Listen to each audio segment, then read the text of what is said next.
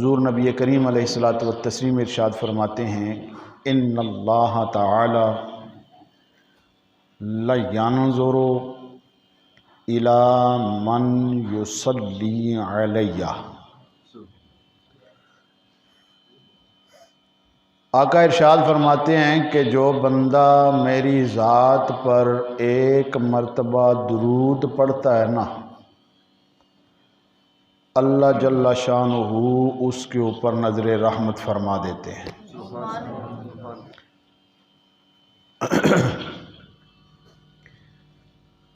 اللہ تعالی ہمارے اوپر نظر رحمت فرماتا ہے۔ کس کے اوپر؟ توجہ میری طرف جناب، جزاک اللہ۔ آپ مجھے سننے کے لیے آئے ہیں تو توجہ بھی میری طرف رکھیں، لطف بھی آئے نا، سننے کا لطف آئے۔ اللہ کس کے اوپر نظر رحمت فرما رہا ہے؟ ہمارے اوپر۔ جو درود پاک پڑھتا ہے، اور جس کے اوپر اللہ نظر رحمت فرمائے، یہ کوئی انعام کم ہے؟ یہ چھوٹی سی بات ہے؟ یہ چھوٹا عمل ہے؟ ہم تو دعاؤں میں اللہ کی بارگاہ میں گڑ گڑا کر مانگتے ہیں، مولا ہمارے اوپر نظر کرم فرما۔ مانگتے ہیں کہ نہیں مانگتے؟ مانگتے ہیں نا۔ یہ دعائیں کرتے ہیں، اللہ ہمارے اوپر نظر رحمت فرما، نظر کرم فرما۔ یہ بہت بڑا کرم ہے اللہ کا کہ وہ نظر رحمت فرما دیتا ہے اس پر جو میرے نبی کی ذات پر درود پڑھتا ہے۔ اور نظر رحمت فرمانا چھوٹی سی بات نہیں ہے۔ حضرت موسیٰ علیہ الصلوۃ والتسلیم کا دور ہے، اور آپ اللہ جل شانہ کے ساتھ کلام کا شرف حاصل کرنے کے لیے طور پر تشریف لے کے جا رہے ہیں، تو راستے میں ایک آدمی ملا۔ وہ عرض کرتا ہے، اللہ کے نبی کہاں جانے کا ارادہ ہے؟ آپ فرماتے ہیں، اللہ سے بات کرنے کا شرف حاصل کرنے جا رہا ہوں۔ عرض کرتا ہے، اللہ کے نبی آج اگر اللہ سے بات ہو نا، تو جو آپ کی کلام ہوگی، آج مجھ ناچیز کا بھی ذکر کیجئے گا نا رب کی بارگاہ میں، اور اللہ سے یہ عرض کیجئے گا اور میرے بارے میں پوچھئے گا کہ اللہ میرے اس بندے کے بارے میں تیرا کیا گمان ہے، کیا خیال ہے، تو اس کے اوپر کتنا راضی ہے، کتنا ناراض ہے، اس کا ٹھکانہ کون سا ہوگا۔ یہ باتیں عرض کر کے اللہ کے نبی اس سے پوچھ کر آگے چلے گئے، طور پر پہنچے، اللہ سے کلام کی، جو ٹائم لگنا تھا لگا، واپس پلٹے تو وہ راستے میں کھڑا ہے۔ وہ آدمی پوچھتا ہے، اے اللہ کے نبی آپ اللہ سے بات کر رہے؟ ہاں ہوئی ہے بات میری۔ میرے بارے میں بھی ہوئی ہے؟ ہاں تیرے بارے میں بھی آج بات ہوئی ہے۔ تو پھر بتائیے نا، آج میرے رب نے میرے بارے میں کیا ارشاد فرمایا ہے؟ کیا بات ہوئی ہے میرے بارے میں؟ اللہ نے میرے بارے میں کیا اظہار فرمایا ہے؟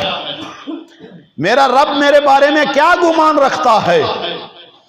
اللہ کے نبی ارشاد فرماتے ہیں، نادان تو اللہ سے پوچھتا ہے کہ تیرا رب تیرے بارے میں کون سا گمان رکھتا ہے؟ سن، تیرا رب تیرے اوپر سخت ناراض ہے، انتہائی ناراضگی کا اظہار فرماتا ہے رب۔ اور اللہ کا کہنا یہ ہے کہ اس انسان کو میں جہنم کی اتھاہ گہرائیوں میں ڈالوں گا۔ اتنا سخت ناراض ہے اللہ تمہارے اوپر۔ وہ نادان انسان سنتا ہے، اس کے ذہن میں پتہ نہیں کون سی بات آتی ہے، وہ یہ بات سن کر وہ ناچنا شروع کر دیتا ہے، بھنگڑے ڈالنا شروع کر دیتا ہے، وہ خوشی کرنا شروع کر دیتا ہے، خوش ہونا شروع ہو جاتا ہے۔ اللہ کے نبی ارشاد فرماتے ہیں، او نادان کیا کر رہا ہے؟ میں نے تجھے یہ نہیں بتایا کہ تیرا رب تیرے اوپر راضی ہو گیا، میں نے یہ بتایا ہے وہ ناراض ہے، کی اتھاہ گہرائیوں میں پھینکنے جا رہا ہے، اور تو اتنا نادان کہ اللہ کی ناراضگی کا سن کر تو اس کو راضی کرنے کے اعمال اختیار کرے، تو ناچنا شروع ہو گیا، تو کودنا شروع ہو گیا، تو بھنگڑے ڈال رہا ہے، تو کتنا نادان ہے۔ اس انسان کا جواب سنیں، وہ کتنا عجیب سا جواب دیتا ہے۔ وہ کہتا ہے اللہ کے نبی، مجھے اس سے کوئی غرض نہیں کہ وہ مجھے جنت عطا فرمائے یا جہنم عطا فرمائے، میں ناچ تو اس بات پر رہا ہوں اس رب کی میرے اوپر نظر تو ہے نا، میرے رب کی میرے اوپر نظر تو ہے نا کم از کم، میں تو ناچ اس بات پر رہا ہوں۔ تو یہ اللہ کا کرم ہے، یہ اللہ کی مہربانی ہے کہ جس کے اوپر اللہ رب العالمین نظر رحمت فرما دیتا ہے۔ اور یہ کس پر فرماتا ہے؟ حضور فرماتے ہیں جو میری ذات پر درود پڑھتا ہے میرا رب اس کے اوپر نظر رحمت فرما دیتا ہے۔ اور نظر رحمت فرماتا ہے نا، اللہ فرماتا ہے من نظر اللہ علیہ، جس کی جانب ایک مرتبہ رب کی نظر رحمت ہو جاتی ہے لا يعذبہ ابدا، پھر اللہ تعالیٰ اس کو عذاب عطا نہیں فرماتا۔ ہم چاہتے ہیں کہ نہیں چاہتے اللہ کا رحمت بھرا کرم بھرا فیضان ہمیں چاہیے کہ نہیں چاہیے؟ ہمیں اللہ کی نظر رحمت چاہیے کہ نہیں چاہیے؟ ہم مانگتے ہیں نا اللہ سے، تو پھر درود ایک مرتبہ پڑھو اللہ نظر رحمت فرما دیتا ہے، اور جس پر اللہ کی نظر رحمت ہو جائے جہنم کے عذاب سے نجات مل جاتی ہے۔ تو ہمیں درود پڑھنا چاہیے کہ نہیں پڑھنا چاہیے؟ تو بڑے سلو سے بولتے ہو، کوئی غلط بات ہو رہی ہے؟ اچھی بات ہے نا، تو پھر خوش ہو کے کہو سبحان اللہ، ماشاءاللہ۔ اب ذرا اسی محبت میں کہ ہمارے اوپر بھی رب کی نظر رحمت ہو، اب محبت کے ساتھ اللہ کی نظر رحمت حاصل کرنے کے لیے دوبارہ درود پاک کا نذرانہ پیش کیجئے۔ الصلاۃ والسلام علیکہ یا سیدی یا رسول اللہ،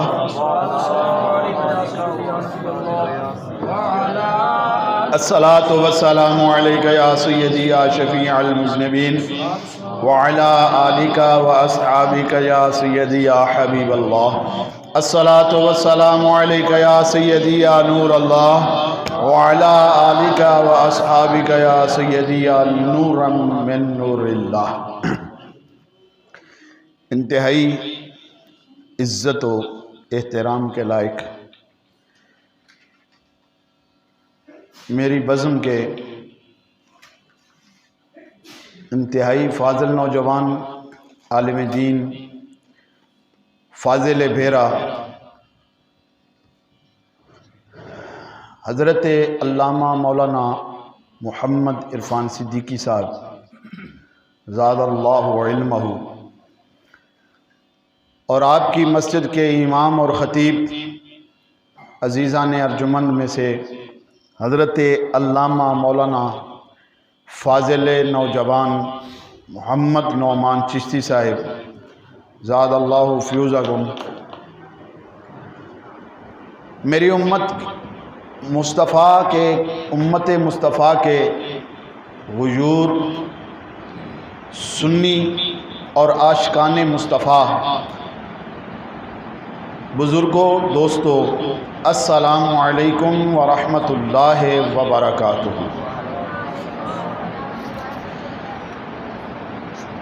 الحمدللہ اللہ کے فضل، کرم اور اس کے خاص انعام، عنایت اور رحمت کے ساتھ آج ہم یہاں جو جمع ہیں وہ تحریک حی علی الفلاح مرکز پنڈ دادر خان دارالعلوم محمدیہ رضویہ پنڈ دادر خان کے تحت اصلاحی تربیتی پروگرام میں ہم حاضر ہیں، اور اس مسجد میں اس محفل میں آج حاضر ہونے کا ایک مقصد یہ بھی ہے کہ آج اللہ کی بارگاہ میں ایک شکر بھی ادا کیا جائے، اور وہ شکر کیا ہے؟ کہ ہم سب نے مل کر اللہ کی راہ میں جو نذرانہ عقیدت پیش کیا ہے، جو دارالعلوم محمدیہ رضویہ پنڈ خان کے طلباء کی اللہ کی راہ میں عشر کے طور پر گندم کے ساتھ ہم نے تعاون اور مدد کی ہے، جو اللہ کے راہ میں خرچ کیا ہے، اس کو اللہ تعالیٰ نے اپنی پاک بارگاہ میں قبول فرما لیا ہے۔ اگر قبول نہ ہوتا تو آج اظہار تشکر کے لیے ہمیں یہاں جمع ہونے کی اللہ توفیق عطا نہ فرماتا۔ یہ تمام اہلیان اعظم پور گرد و نواح جتنے احباب نے جس انداز میں دارالعلوم محمدیہ رضویہ پنڈ خان کے ساتھ اپنی محبت کا، عقیدت کا اظہار کیا ہے، ہم آپ کو کچھ دینے کے قابل بھی نہیں ہیں، دے بھی نہیں سکتے۔ اس کا اجر جو اللہ نے دینا ہے وہ کہیں زیادہ ہے، وہ ہماری سوچ سے بھی بالاتر ہے۔ آپ لوگوں نے دارالعلوم محمدیہ رضویہ کے ساتھ عزت کا تعلق قائم کیا، محبت کا تعلق قائم کیا، اور بالخصوص یہ آپ لوگوں کے ساتھ اللہ کی ایک اور کرم نوازی سمجھے کہ آپ کو اللہ تعالیٰ نے اپنی پاک بارگاہ سے، اپنی عنایت سے ایک کامل عالم دین عطا فرما دیا ہے، اور یہ چھوٹی سی بات نہیں ہے، یہ چھوٹا سا اللہ کا انعام نہیں ہے۔ ایک عالم کے ساتھ بیٹھ جانا، اس کی زیارت کرنا، اس کے ساتھ مصافحہ کرنا، اس کے ساتھ دو لقمے کھانا کھانا، یہ اللہ رب العالمین کے محبوب فرماتے ہیں ایسے ہے جیسے میرے ساتھ تم یہ کر رہے ہو، مصافحہ بھی میرے ساتھ کر رہے ہو، میرے عالم کی زیارت کر کے بھی میری زیارت کر رہے ہو، اس کی مجلس میں بیٹھ کر بھی میرے ساتھ مجلس میں بیٹھ رہے ہو۔ بلکہ ایک حدیث پاک میں نے پڑھ رکھی ہے، اس میں اللہ رب العالمین ارشاد، حضور نبی کریم علیہ الصلوۃ والتسلیم ارشاد فرماتے ہیں کہ جو عالم دین کے ساتھ دو لقمے بیٹھ کر کھانا کھائے، دو کلمات بولے، دو قدم اس کے ساتھ چلے، دو لمحے اس کی مجلس میں بیٹھے، اللہ جل شانہ اس کو دو جنتیں عطا فرماتا ہے، اور ایک جنت کی لمبائی چوڑائی زمین و آسمان کے برابر ہے۔ تو ایک عالم دین کے ساتھ آپ کا یہ وقت گزرنا، یہ بھی ایک خاص اللہ کا کرم اور اللہ کا انعام ہے، اور یہ قبولیت کا ایک درجہ ہے کہ جو آپ نے دین کے ساتھ محبت کا اظہار کیا تو اللہ نے آپ کو محروم نہیں رہنے دیا، ایک عالم دین آپ کو عطا فرما دیا۔ اور الحمدللہ ہمارے طلباء میں بہت سارے طلباء ہوتے ہیں، جس طرح ایک باپ کے 5 7 10 بچے ہوتے ہیں، ان میں سے 1 2 بچے ایسے ہوتے ہیں جن کے اوپر باپ کو فخر ہوتا ہے کہ مجھے اس بیٹے پر ناز ہے، اس کے ساتھ مجھے الگ سے ایک پیار ہے۔ یہ میرے دائیں بائیں دونوں شاگرد میرے بیٹھے ہیں، میرے ساتھ ان کے ساتھ یہی میرا تعلق ہے، یہ میرا فخر ہے۔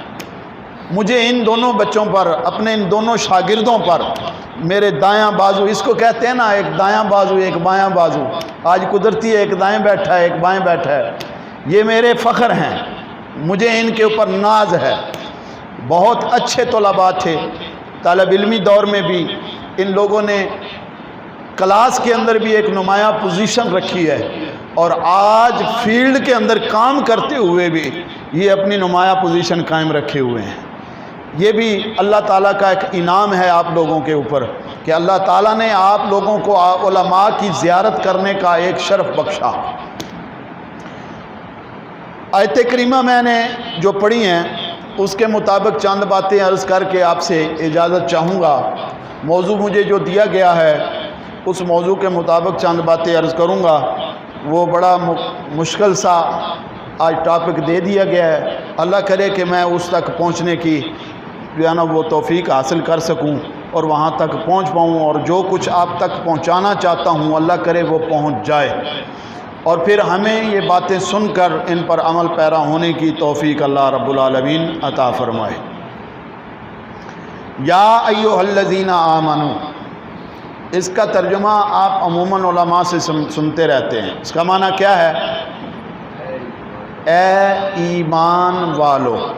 کیا ترجمہ ہے جی؟ میں بلواتا بھی کم ہوں، سبحان اللہ بھی کم ہی کہلواتا ہوں، بلکہ کہلواتا ہی نہیں ہوں. آپ کو اچھا لگے تو کہیں سبحان اللہ بول دیجئے گا، نہیں تو مجھے کوئی حاجت نہیں ہے، کوئی ضرورت نہیں ہے. میں اپنی جو ڈیوٹی کرنے آیا ہوں وہ کر کے چلا جاؤں گا. سبحان اللہ کہیں گے تو آپ کو اجر ملے گا، نہیں کہیں گے تو مجھے اس کی کوئی ضرورت اور حاجت نہیں ہے.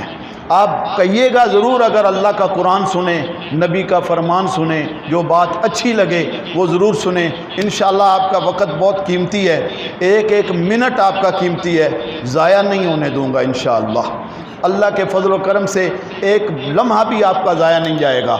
جو ہوگا وہ آپ تک اللہ کا اور اللہ کے رسول کا فرمان ہی پہنچے گا اور اچھی بات آپ تک جائے گی. یاد رکھنا اور اس پر عمل کرنا آپ کا کام ہے. کیا بات عرض کی ہے میں نے؟ یا ایھا الذین آمنو، معنی کیا ہے؟ اے ایمان والو. تو پھر یہ کن سے خطاب ہو رہا ہے؟ اس وقت ایمان والے کون ہیں؟ اس وقت ایمان والے کون ہیں؟ الحمدللہ بول لینا. آپ اور میں سارے ایمان والے ہی تو بیٹھے ہیں نا یار. آپ سوچ میں پڑ گئے کون ایمان والے. آپ اور میں سارے ایمان والے ہیں. اس لمحے، اس وقت میں، اس مسجد کے اندر جتنے احباب تشریف فرما ہیں، اللہ کے فضل و کرم سے سارے ہی ایمان والے ہیں کہ نہیں ہیں؟ کہیں سب بولیں الحمدللہ. یہ اللہ کا شکر ہے کہ اللہ نے ہمیں ایمان کی دولت عطا فرمائی. اب اس بات کو سامنے رکھتے ہوئے یہ بات ظاہر ہوتی ہے کہ اس وقت اللہ جل شانہ آپ سے اور مجھ سے خطاب فرما رہا ہے. کس سے بات ہو رہی ہے؟ آپ سے اور مجھ سے. ہم کون ہیں؟ بولیے کون ہیں؟ ایمان والے. اللہ کلام کن سے کر رہا ہے؟ تو ہم سے بڑا بھی کوئی خوش بخت ہوگا، ہم سے بڑا بھی کوئی قسمت والا ہوگا کہ اللہ ہم سے خطاب فرما رہا ہے، اللہ ہم سے کلام فرما رہا ہے اور ہمیں مخاطب ہو کر اللہ جل شانہ ارشاد فرما رہے ہیں اے ایمان والو کلو من الطیبات، کھاؤ پاکیزہ رزق میں سے، مما رزقناکم، اس پاکیزہ رزق میں سے جو رزق ہم نے تمہیں عطا فرمایا. رزق کون دیتا ہے؟ اور اللہ جو دیتا ہے وہ پاک ہی رزق دیتا ہے. اللہ جو رزق دیتا ہے وہ کیا دیتا ہے؟ پاک رزق دیتا ہے. کیوں؟ کیونکہ اللہ پاک ہے اور پاک ہی چیز کو کیا کرتا ہے؟ پسند فرماتا ہے. جب اللہ پاک ہے اور پاک ہی رزق کو اللہ پسند فرماتا ہے تو وہ رزق بھی ہمیں کون سا دیتا ہے؟ پاک. تو پاک دیے ہوئے رزق سے اللہ فرما رہا ہے اے ایمان والو پاک رزق جو ہم نے تمہیں عطا فرمایا ہے اسی میں سے کیا کرو؟ کھاؤ. وَاشْكُرُوا لِلَّهِ، جب تمہیں اللہ کی جانب سے پاک رزق نصیب ہو جائے، پاک رزق مل جائے تو پھر اس کے اوپر اپنے رب کا شکر بھی ادا کرو. اس کے اوپر کیا کرو؟ اللہ کا شکر ادا کرو. اور شکر کرنے کا طریقہ اور انداز جو تھا وہ ایک تو یہ جو آپ کر چکے ہیں یعنی عشر کی صورت میں، اور ایک شکر یہ ہوتا ہے کہ ہم اللہ کے گھر میں آئیں، اس کی بارگاہ میں سجدہ ریز ہو جائیں اور سجدہ ریز ہو کر اس کی بارگاہ میں ہم عرض کریں گے مولا تیرا شکر ہے تو نے ہم نے اپنی بارگاہ سے پاک رزق عطا فرمایا. ان کنتم ایاہ تعبدون، یہ اس لیے فرمایا جا رہا ہے اگر تم اسی اللہ کی عبادت کرتے ہو تو پاکیزہ رزق سے کھاؤ اور اس اللہ کا کیا کرو؟ شکر ادا کرو. پاکیزہ رزق حاصل کرنا یہ جیسے نماز فرض ہے، روزہ فرض ہے، حج فرض ہے، زکوٰۃ فرض ہے، اسی طرح پاکیزہ اور حلال رزق کو حاصل کرنا بھی فرض ہے. حضور نے فرمایا طلب قصب الحلال فریضۃ بعد الفریضہ، فرمایا کہ رزق حلال کو حاصل کرنا فرض کے بعد ایک الگ فرض ہے، جہاں دوسرے فرائض ہیں اسی طرح یہاں پر رزق حلال کو حاصل کرنا بھی ایک کیا ہے؟ فرض ہے۔ یہ فرض رزق حاصل کرنے کے لیے ہمیں کیوں کہا جا رہا ہے؟ اس کی وجہ کیا ہے؟ حکمت کیا ہے؟ اس کی حکمت یہ ہے کہ حلال رزق جب آپ کھاؤ گے تو جو نماز پڑھو گے وہ نماز بھی قبول ہوگی، جو زکوٰۃ دو گے وہ زکوٰۃ بھی قبول ہوگی، جو حج کرنے جاؤ گے تو حج بھی قبول ہوگی، جو روزہ رکھو گے تو روزہ بھی قبول ہوگا۔ اب کہیں گے مولوی صاحب یہ کیا؟ ایسے کیسے؟ ہم تو نمازیں بھی پڑھ رہے ہیں، روزے بھی رکھ رہے ہیں، حجیں بھی جو جن کے نصیب میں کر رہے ہیں، زکوٰتیں جن پر فرض ہیں وہ دے رہے ہیں، اور آپ کہہ رہے ہیں قبول؟ قرآن کے اندر ایک مقام پر اللہ نے ارشاد فرمایا یا ایھا الرسل کلوا من الطیبات واعملوا صالحا۔ اس آیت کو اگر ہم سامنے رکھیں تو یہ بات روزے روشن کی طرح عیاں ہو جاتی ہے، واضح ہو جاتی ہے کہ ہمارا کیا ہوا کوئی بھی عمل اس وقت تک قبول نہیں ہوتا جب تک ہمارا رزق حلال نہیں ہوتا۔ یہ اس آیت میں اللہ مخاطب ہو کر فرما رہا ہے کن لوگوں سے؟ یا ایھا الرسل، اے رسولوں کی جماعت۔ کیا کن کو مخاطب ہو رہا ہے اللہ؟ رسولوں کی جماعت سے، رسولوں سے اللہ مخاطب ہو رہا ہے۔ رسولوں کے بارے میں حرام، ناجائز، گناہ، خطا، نعوذ باللہ، استغفر اللہ، کوئی گمان بھی کرے تو دائرہ اسلام سے باہر ہو جاتا ہے۔ کوئی گمان بھی اپنے ذہن میں وہم اور خیال تک پیدا کر دے کسی نبی اور کسی رسول کے بارے میں کہ نعوذ باللہ ان سے کوئی ایسی ویسی خطا سرزد ہو سکتی ہے، یہ ممکن ہی نہیں، لیکن پھر بھی رسولوں سے مخاطب ہو کر کہا جا رہا ہے اے رسولوں کی جماعت کلوا من الطیبات، پاکیزہ رزق سے کھاؤ، واعملوا صالحا، جب تم پاکیزہ رزق کھا چکو پھر تم عمل صالحہ کرو۔ اس کا پتہ یہ چلتا ہے کہ جب تم رزق حلال کھا لو گے پھر تم عمل کرو گے، تمہارا عمل اللہ کی بارگاہ میں مقبول ہو جائے گا۔ اب یہ بات عام لوگوں سے نہیں کی جا رہی، رسولوں سے کی جا رہی ہے، جماعت انبیاء سے بات کی جا رہی ہے، جماعت رسل سے بات کی جا رہی ہے کہ پہلے پاکیزہ رزق کھاؤ پھر عمل صالح اختیار کرو۔ ہمیں بھی یہی درس دیا جا رہا ہے کہ جب تک تم پاکیزہ رزق نہیں کھاؤ گے تمہارا رزق حرام کا اگر تمہارے پیٹوں میں جائے گا، تمہارے جسموں میں جائے گا تو وہ تمہاری عبادت کوئی بھی قابل قبول نہیں ہوگی۔ حدیث پاک میں آتا ہے حضور نبی کریم علیہ الصلاۃ والتسلیم نے ارشاد فرمایا من اشترى ثوبا بعشرة دراہم، ایک آدمی 10 درہم کا لباس خریدتا ہے، کپڑا خریدتا ہے، فیہ درہم حرام، اس میں 1 درہم حرام کا ہو، 10 درہم کا کپڑا خریدے 1 درہم حرام کا ہو، لم یقبل اللہ لہ صلاۃ ما دام علیہ، فرمایا 10 درہم خرید کر کپڑا لاؤ، 1 درہم حرام کا ہو، وہ لباس جب تک پہن کر نمازیں پڑھتا رہے گا اس کی کوئی نماز اللہ کی بارگاہ میں قبول نہیں ہوگی۔ اور یار یہ تو بہت دور کی بات ہے، آقا علیہ الصلوۃ والتسلیم نے ارشاد فرمایا جس کے پیٹ میں 1 لقمہ حرام کا چلا جائے، 1 لقمہ حرام کا چلا جائے، اللہ تعالیٰ اس کے 40 دن کی دعاؤں کو قبول نہیں فرماتا۔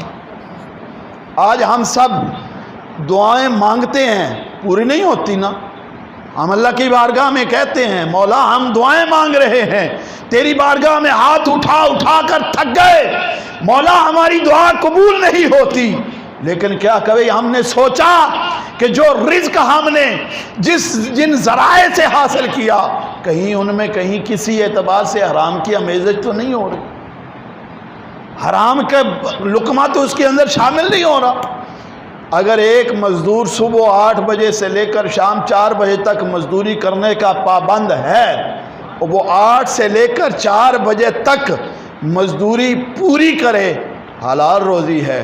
لیکن اگر 4 گھنٹے کرے، 4 گھنٹے کی ریسٹ کر جائے اور کام پورا نہ کرے، شام کو مزدوری پوری لے جائے، وہ حلال تو نہیں رہی نا؟ بات سمجھ میں آ رہی ہے میری؟ ایک آدمی اپنا ٹائم پورا نہ دے، ایک آدمی دفتر میں کام کرتا ہے، صبح 8 سے لے کر 2 بجے تک اس کی ڈیوٹی ہوتی ہے، وہ دفتر میں بیٹھا سویا رہے، کوئی آنے جانے والے سائل کا کام نہ کرے اور مہینے کے بعد پوری تنخواہ لے، کیا خیال ہے تمہارا؟ اس کا رزق حلال ہے؟ بہت سارے انداز ہیں، بہت ساری چیزیں ہیں جن کے اوپر اگر ہم غور کریں تو ہمارا ایک ایک لقمہ حرام کا نظر آتا ہے، لیکن اگر ہم ان پر غور کر کے جائیں کہ اللہ تعالی ہمیں حرام کے رزق سے محفوظ فرمائے تو پھر ہمارا رزق پاک بھی ہوتا ہے اور ہم اللہ کی بارگاہ میں جو ہاتھ اٹھاتے ہیں وہ مقبول بھی ہوتا ہے۔ حضرت ابراہیم بن ادم رحمت اللہ تعالی علیہ، بڑا مشہور واقعہ ہے آپ کا، اور ولایت کے اندر آپ کا بہت بڑا نام بھی ہے۔ بیت المقدس کی مسجد کے اندر تشریف فرما ہیں، عشاء کی نماز کا وقت ختم ہوا، خدام نے دروازے بند کیے، یہ ایک چٹائی کے اندر چھپ جاتے ہیں۔ تھوڑی دیر گزرتی ہے، اپنے آپ دروازے کھلتے ہیں، 40 لوگوں کی جماعت مسجد کے اندر داخل ہوتی ہے، اور وہ سارے کے سارے عام لوگ نہیں ہیں، اپنے وقت کے غوث اور ابدال لوگ ہیں، ولی لوگ ہیں۔ وہ آ کر میٹنگ کر رہے ہیں، محفل کرتے ہیں، مجلس کرتے ہیں، مشورہ جات کرتے ہیں۔ ان میں سے جب بیٹھے بیٹھے کلام کرتے کرتے ایک اللہ کا ولی بولتا ہے، اللہ کے بندو، ہمارے اندر آج ایک بندہ ایسا بھی شامل ہے جو ہماری جماعت میں سے نہیں ہے، یعنی آج ہمارے 40 کے گروپ میں سے وہ نہیں ہے۔ تو وہ جو امیر محفل تھے وہ کہتے ہیں ہاں اس کا نام ابراہیم بن ادم ہے۔ یہ بات سننے کی ہے، ابراہیم بن ادم۔ آج ہمارے ہاں ایک معاشرے کے اندر بڑا عجیب سا روش چل گئی ہے، اس کے اوپر بھی اس بات کو سمجھنے کے لیے کافی ہو جائے گی، میں وہ بھی بات کروں گا انشاءاللہ۔ وہ کہتے ہیں ہاں اس کا نام ابراہیم بن ادم ہے۔ ابراہیم بن ادم رحمت اللہ علیہ جب یہ بات سنتے ہیں نا تو آپ کو سمجھ میں آ جاتی بات تو میری ہو رہی ہے۔ پھر ساتھ ہی امیر محفل فرماتے ہیں ہاں ابراہیم بن ادم وہ ہے جس کو 40 دن سے نمازوں کا لطف نصیب نہیں ہو رہا۔ یہ اللہ کے ولی ہیں جو دلوں کے بھید بھی جان جاتے ہیں اللہ کی عطا سے۔ اب ان کو کس نے بتایا کہ ٹاٹ میں چھپا ہوا ابراہیم بن ادم ہے؟ کس نے بتایا؟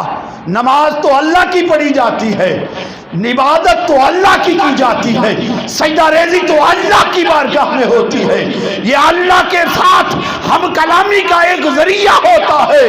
نماز اللہ کی بارگاہ میں جب عطا کی جاتی ہے تو اس کی مرضی قبول کرے یا نہ کرے۔ اللہ کے ولیوں کو کس نے بتایا 40 دن سے اس کی نمازیں قبول نہیں ہو رہی؟ یہ اللہ کی عطا ہے جو اللہ کے ولیوں کے ساتھ الگ معاملہ کرتا ہے اللہ۔ جب ابراہیم بن ادم رحمت اللہ علیہ سنتے ہیں کہ میرے بارے میں کلام ہو رہی ہے، میری ہی نمازوں کی بات ہو رہی ہے اور واقعتاً یہ بات درست 40 دن سے مجھے نمازوں کا لطف نہیں مل رہا، جب اپنی بات دیکھتے ہیں نکل کر سامنے آتے ہیں، پوچھتے ہیں اللہ والو جب آپ کو یہاں تک معلوم ہو گیا کہ نمازیں میں پڑھ رہا، میری نمازوں کا لطف نہیں مل رہا، تو پھر آپ یہ بھی جانتے ہوں گے کہ میری نمازوں کا لطف مجھے کیوں نہیں مل رہا، میری نمازوں کی قبولیت کیوں نہیں ہو رہی۔ جب انہوں نے یہ عرض کیا تو آپ جماعت کے امیر جماعت فرماتے ہیں اے ابراہیم بن ادم، فلاں ریڑی والے سے تم نے کھجوریں خریدی تھی، جی خریدی تھی، وہاں سے 2 کھجوریں نیچے گری تھی، ہاں گر گئی تھی، تم نے اٹھا کر کھائی تھی، ہاں کھائی تھی۔ فرمایا وہ کھجوریں تمہاری نہیں تھی، وہ کھجوریں تمہاری نہیں تھی، اب یہ وہ بات ہے جس کے اوپر شرعی طور پر ظاہری طور پر کوئی پابندی نہیں، کوئی قدغن نہیں، کوئی گناہ نظر نہیں آتا، لیکن اللہ والوں کا تقوی دیکھو، اللہ والوں کی پارسائی دیکھو، اللہ والوں کی پرہیزگاری دیکھو کہ وہ کھجوریں جو نیچے گری اپنی سمجھ کر کھائی، اس پر اللہ نے ان کی پکڑ کی، 40 دن تک کی نمازوں کو قبول نہیں کیا۔ اور ہماری عادت اور روش کیا ہے؟ معاشرے کے اندر دکان پر ہم جائیں، چینی کی بوری سامنے پڑی ہے، ایک پھکا اٹھایا منہ میں ڈال لیا، گڑ سامنے پڑا ہے، چھوٹی سی روڑی منہ میں ڈال لی، مونگ پھلی کا موسم آئے 2 دانے اٹھائے توڑ کر منہ میں ڈال لیے، ریڑھی پر پہنچے انگوروں کے گچھے سے 2-3 انگور توڑے منہ میں ڈال لیے۔ جب تک تم کسی سے اجازت لیے بغیر کھاتے ہو، وہ ایک ایک دانہ جو تمہاری غذا بنتا ہے وہ ایک ایک دانہ حرام کا ہوتا ہے۔ کبھی ہم نے یہ سوچا؟ ہم تو دکان والے کے مال کو اپنا مال سمجھ کر کھا جاتے ہیں، ریڑھی والے چنے والے کے پاس کھڑے ہوئے 2-4 چنے کے دانے اٹھائے منہ میں ڈالے کھا گئے اور سمجھے کہ ہمارے تھے، نہیں تھے آپ کے۔ گناہ ہوتے ہیں، ہمیشہ مالک سے پوچھو، اس سے پوچھ کر کھاؤ تو وہ ایک ایک دانہ تمہارے لیے حلال ہو جائے گا۔ کہیں ایسا تو نہیں کہ ہم نے وہ رزق کھایا اور ہمارے جسم کے اندر وہ حرام رزق گیا، ہماری دعائیں قبول ہونے سے قاصر ہو گئیں۔ یہ بھی اسباب میں آتا ہے۔ آج ہماری زبان پر شکوے اور شکایتیں ہیں کہ ہمارے بچے آج کل ہمارے تربیت میں نہیں رہے، آج ہمارے بچے ہماری بات نہیں مانتے، ہمارا کہنا نہیں مانتے، نمازیں نہیں پڑھتے، قرآن کی تلاوت نہیں کرتے، بڑوں کا ادب اور حیا نہیں کرتے، شرم و حیا سے عاری ہو گئے، آج بڑوں کا کہنا نہیں مانتے۔ کبھی غور کیا کہ آپ کے رزق کے اندر کہیں حرام کی آمیزش تو نہیں ہو رہی؟ کبھی غور کیا کہ حرام کا لقمہ تو نہیں کھا رہے؟ جب حرام کی روزی خود کھائے گا تمہاری عبادت قبول نہیں، تمہاری دعا قبول نہیں، تمہارا رزق پاک نہیں۔ جس حرام کے رزق سے پلی بڑی پرورش پائی ہوئی اولاد جوان ہوگی، اس میں ادب اور حیا کہاں سے آئے گا؟ وہ کون سی اولاد ہے جو حرام پر پل کر آئے اور پھر نمازیں پڑھنے والی ہو؟ پھر شکوہ کس بات کا؟ جب حرام کھلاؤ پھر نمازی نہ بنے، شکوہ کس بات کا؟ حرام کھلاؤ اور پھر کہو بڑوں کا ادب نہیں کرتے، شکوہ کس بات کا؟ حرام کی آمیزش کر کے اگر کھانا کھلاؤ، جوان کرو اور پھر کہو یہ بڑوں کا حیا اور شرم نہیں کرتے، شکوہ کس بات کا؟ اگر دیکھنا ہے، اگر تربیت دیکھنی ہے اور اگر تم رزق حلال کی ثمرات اور برکت دیکھنا چاہتے ہو، جس اولاد کی پرورش جس کی بنیاد حلال پر رکھی جاتی ہے، تقوی اور پارسائی پر رکھی جاتی ہے، اگر تم اس کا رزلٹ اور نتیجہ دیکھنا چاہتے ہو تو آؤ میں آپ کو آج ایسا رزلٹ اور نتیجہ دے کر جاتا ہوں، حیران ہو جاؤ۔ حضور سیدنا شیخ عبد القادر جیلانی غوث اعظم رضی اللہ تعالی عنہ کی ذات کے بارے میں دیکھو، آپ کو رزق حلال اور تقوی اور پارسائی کی عجیب سی مثال ملتی ہے، عجیب سی کہانی اور عجیب سا رنگ نظر آتا ہے، ہم حیران ہو جاتے ہیں کہ ایسا بھی ہو سکتا ہے۔ یہ رزق حلال کھلاؤ تو ایسی اولادیں پیدا ہوتی ہیں۔ نعرہ تکبیر، نعرہ رسالت، نعرہ تحقیق، نعرہ حیدری، الاسلام، الاسلام۔ حضور غوث اعظم رضی اللہ تعالیٰ عنہ کا کہ والد محترم کا واقعہ میں بڑے اختصار کے ساتھ اپنے بات کو آگے لے کر جانا چاہوں گا، جو میرا موضوع ہے میں اس کو پورا کرنا چاہوں گا۔ اس واقعے کے اوپر رک گیا تو بہت ٹائم چلا جائے گا، اختصار کے ساتھ اپنی بات سمجھانا چاہوں گا۔ شیخ ابو صالح رضی اللہ تعالی عنہ نہر کے کنارے چلتا ہوا سیب آتا ہے، اٹھا کر کھا لیا جائے، شرعی اعتبار سے کوئی گناہ نہیں، کوئی پکڑ نہیں ہے۔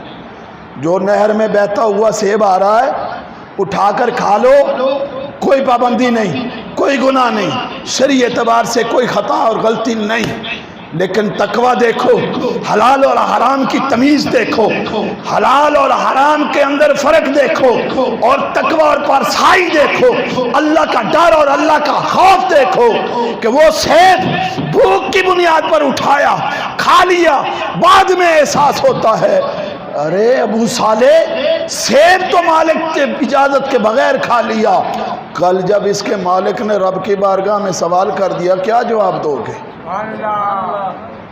کیا جواب دو گے؟ یہ خیال آنا تھا کہ جہاں سے سیب چل کر آ رہا ہے اسی جانب چلتے ہیں، راستے میں باغ کا ایک درخت جو اس جانب جھکا ہوا، اس کا پھل گرتا ہوا نظر آیا، سمجھ گئے اسی باغ کا ہے، مالک کے پاس پہنچے، جب وہاں پہنچے تو مالک سے عرض کیا، وہ مالک بھی کوئی عام آدمی تو نہیں تھا نا، وہ بھی اللہ کا ولی تھا، وہ بھی اللہ والا تھا، وہ بھی اللہ کا پیارا تھا، پوچھا کیوں آئے ہو؟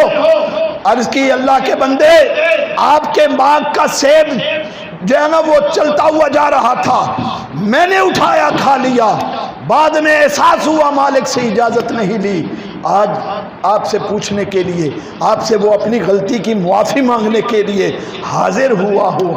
پہچان گئے عام بندہ نہیں ہے جو اتنی سی بات پر معافی مانگنے آ گیا ہے، یہ اللہ کا ولی نظر آتا ہے۔ پہچان گئے، سمجھ گئے، کہاں ہاں معافی ملے گی؟ 10 سال یا 12 سال کے الفاظ ہیں، میرے باغ کی گوڈی کرو تمہیں اس کے بعد جو ہے وہ رخصت مل جائے گی۔ اب بتاؤ جس غلطی کے اوپر شرعی پابندی نہیں، شرعی گناہ نہیں، شرعی خطا نہیں، شرعی اعتبار سے کوئی قدغن نہیں، اٹھا کر کھا لیا جائے تو کوئی مسئلہ نہیں، اس کے اوپر 10 سال کی گوڈی کی سزا ملے تو ہم میں سے کون ہے جو برداشت کرے گا؟ کوئی ہے؟ والا نہیں معاف کرنا تے نہ کر، میں تو 10 سال تیری گوڈی نہیں ہوندی، یہی جواب دینا نا، اسی یہی کہیں گے، اس لیے کہ ہمارے پاس وہ تقوی نہیں، وہ پارسائی نہیں، وہ اللہ کا ڈر اور وہ اللہ کا خوف نہیں، وہ اللہ کا ڈر اور خوف جن کے دلوں میں ہوتا ہے۔ دل میں خیال آیا اے عبداللہ، اے ابو صالح، اگر اللہ کی بارگاہ میں سیب کے سوال کی شرمندگی سے 10 سال کی گوڈی کیے اگر شرمندگی سے بچا جا سکتا ہے تو یہ سودا منظور ہے، مان جاتے ہیں اور کہتے ہیں ہاں میں 10 سال گوڈی کرنے کے لیے تیار۔ جب 10 سے 12 سال کا عرصہ بیتتا ہے پھر اجازت مانگتے ہیں، اللہ کے ولی، اللہ کے بندے، آپ کا کام مکمل ہو گیا، اب مجھے اجازت عطا فرمائیے۔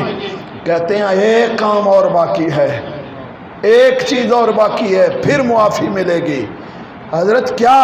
فرمایا میری ایک بیٹی ہے جو آنکھوں سے بھی معذور ہے، کانوں سے بھی معذور ہے، ہاتھوں سے بھی معذور ہے، پاؤں سے بھی معذور ہے۔ یہاں پر کئی پروفیشنل خطیب جو ہے نا وہ اور الفاظ بولتے ہیں، یہ ادب کے خلاف ہے، ہم سنی لوگ ادب والے لوگ ہیں، ادب کے الفاظ بولنے چاہیے، اس لیے میں نے معذور کا لفظ بولا ہے۔ آپ کئی لوگ سنتے تو رہتے ہیں، یہ واقعہ سنا بھی ہوگا، وہ عجیب عجیب سے الفاظ بولتے ہیں، ایسے نہیں کہنا چاہیے کیونکہ وہ عورت کوئی عام عورت نہیں ہے نا، وہ عورت کوئی عام عورت نہیں ہے، اللہ کی ولیہ ہے، اللہ والی ہے، لہذا ایسے الفاظ استعمال کرو جو آپ کی شان کے لائق ہوں، جو ادب کے خلاف نہ ہو، ایسے الفاظ بولنے سے اجتناب کرو جس سے بزرگوں کے ادب میں فرق آتا ہو، اس لیے میں نے یہ الفاظ استعمال کیے۔ اب مجھے بتائیں جو آنکھوں سے، پاؤں سے، کانوں سے، ہاتھوں سے معذور عورت ہو اس سے کون نکاح کرے گا بھائی؟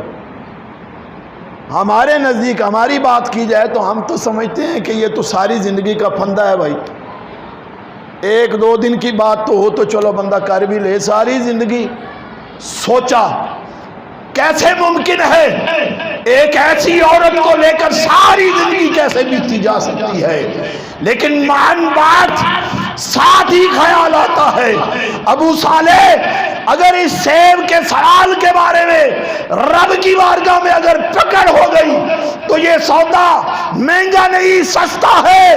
اگر اللہ کی بارگاہ سے پکڑ سے بچنا چاہتے ہو یہ سودا سستا ہے, قبول کر لیا جائے. یہ تقوی ہے, یہ پرہیزگاری ہے.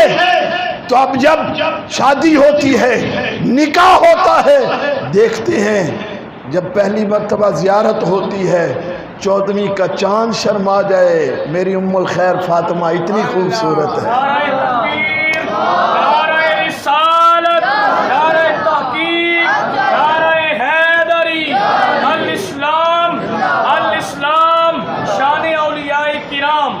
فوراً جب پلٹے واپس کہ جو عورت کے بارے میں مجھے بتایا گیا یہ وہ تو نہیں, سارے اعضاء سلامت ہیں, خوبصورت بھی بہت, حسن و جمال کا پیکر. فوراً پلٹے, بابا جی یہ وہ عورت تو نہیں. فرمایا ہاں جس عورت کی بات کی تھی میں نے یہ وہی ہے, لیکن جو میں نے باتیں کہی وہ سن.